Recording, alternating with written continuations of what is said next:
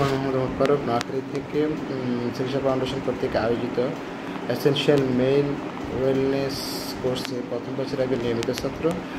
ধন্যবাদ চিকিৎসা ফাউন্ডেশনকে এবং ডক্টর মাসিদ স্যারকে, যিনি আমাদেরকে এই টপিক্সটা খুব সুন্দরভাবে পড়িয়েছেন এবং আমরা এখান থেকে খুব বেশ উপকৃত হয়েছি। আজকে এই কোর্সের একটি গুরুত্বপূর্ণ টপিক টেস্টোস্টেরন হরমোন কমে যাওয়া নিয়ে কিছু কথা বলবো। তো প্রথমে জানতে হবে যে টেস্টোস্টেরন হরমোন কী। টেস্টোস্টেরন হলো প্রাথমিক পুরুষ হরমোন, একটি প্রাথমিক পুরুষ হরমোন অ্যান্ড্রোজেন, যা পুরুষের প্রজনন ক্ষমতা, পেশি গঠন, লিবিডো এবং মুড নিয়ন্ত্রণে গুরুত্বপূর্ণ ভূমিকা পালন করে। যদিও নারীদের শরীরে হরমোন অল্প পরিমাণ থাকে, তবে পুরুষের ক্ষেত্রে 10 গুণ বেশি থাকে। WHO অনুযায়ী টেস্টোস্টেরন হরমোনের মাত্রা 300 mg/ডেসিলিটারে নেমে আসলে সেটাকে হাইপোগোনাডিজম অথবা টেস্টোস্টেরনের ঘাটতি বলে ধরা হয়।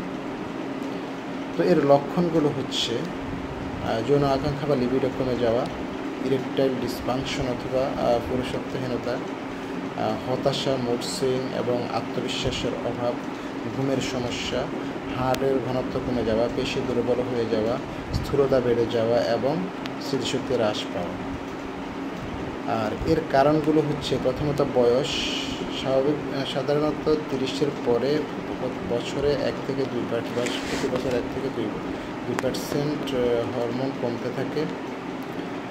মানসিক চাপ, কর্টিসল বেড়ে গেলে টেস্টোস্টেরন হরমোন হ্রাস পায়। স্থূলতা বেড়ে গেলে, বিশেষ করে তলপেটে চর্বি জমে গেলে এই হরমোন হ্রাস পেতে থাকে। অনিদ্রা, গভীর ঘুম না হলে টেস্টোস্টেরন হরমোনের উৎপাদন কমে যায়। তো এগুলো হচ্ছে টেস্টোস্টেরন হরমোন কমে যাওয়ার কারণ। এখন এটার সমাধান কোথায়? সমাধান হচ্ছে স্বাস্থ্যকর এবং পুষ্টিকর খাবার খাওয়া, ওজন নিয়ন্ত্রণে রাখা, নিয়মিত ব্যায়াম করা, মানসিক চাপ নিয়ন্ত্রণ করা এবং খারাপ অভ্যাসগুলো বর্জন করা। আর এই টেস্টোস্টেরন হরমোন কমে গেছে কিনা সেটা কীভাবে আমরা পরীক্ষা করব? সেক্ষেত্রে সিরাম টেস্টোস্টেরন পরীক্ষা করা যেতে পারে সকালে খালি পেটে। এছাড়াও আরও কয়েকটি পরীক্ষা করা যায়, LH, FSH,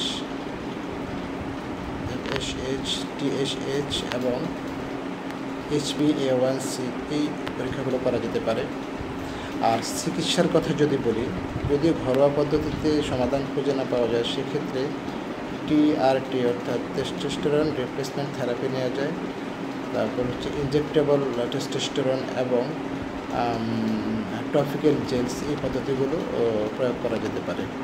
ধন্যবাদ চিকিৎসা ফাউন্ডেশনকে, ধন্যবাদ সবাইকে। আসসালামু আলাইকুম।